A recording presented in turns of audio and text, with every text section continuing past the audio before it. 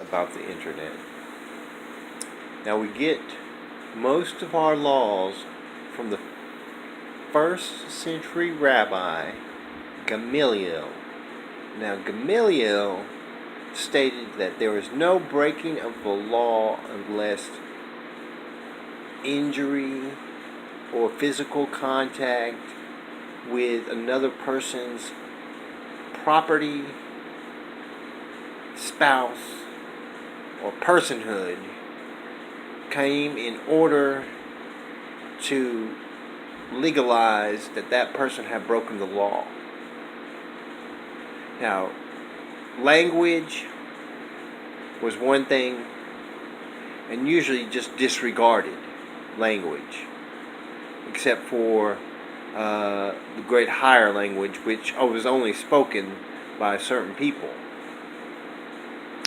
And to speak the higher language without first getting representation of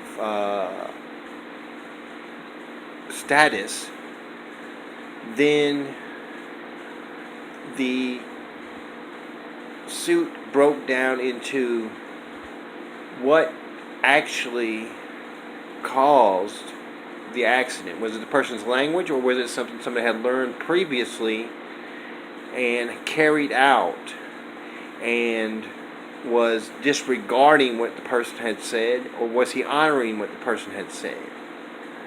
So most legality falls on the individual.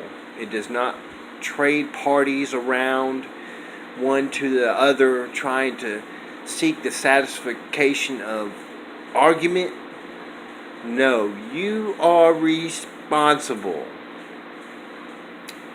That means if somebody says something to me that is equated and weighed out, and I feel as if I did not care for it, it's up to me to tell the person that directly, is the Gamaliel. Indirectly was the idea of will haunt you forever. And so the latitude and longitude of argument does not displace from one individual to the other. Now, there is certain language that is considered threatening, but in our culture, even back then, before cell phones, before telephones, before TV, before the internet, there was an easy way to separate yourself from that person, and if they came to your property, then you could sue them for trespassing.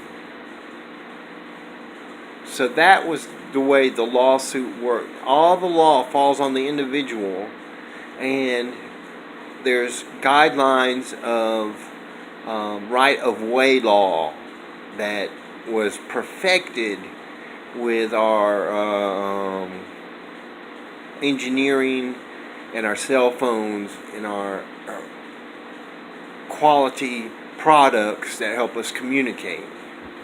So communication is not against the law unless you break the laws of the depression. Now, laws of depression, you could talk to children, you could help them get places, you could help them do things, but there's other laws that says you're not allowed to grab people, you're not allowed to tug on their clothing, you're not allowed to grab them by the collar and drag them to the ground. But what you can do, you can say, can you please stop? And when you please stop, that's the equation where most people are geared to stop. Now, if you continue, then you can block and defend your property. That's the law. There's nothing else but that. That's the law. And that's what Gamaliel stood for. And he called Jesus a trespasser on property, and he crucified him.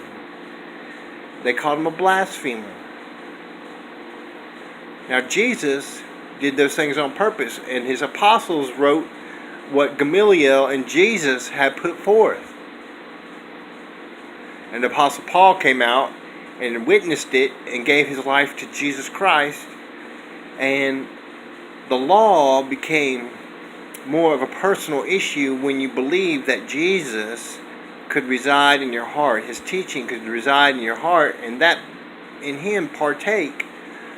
And when we partake in him, we've seen all the offense.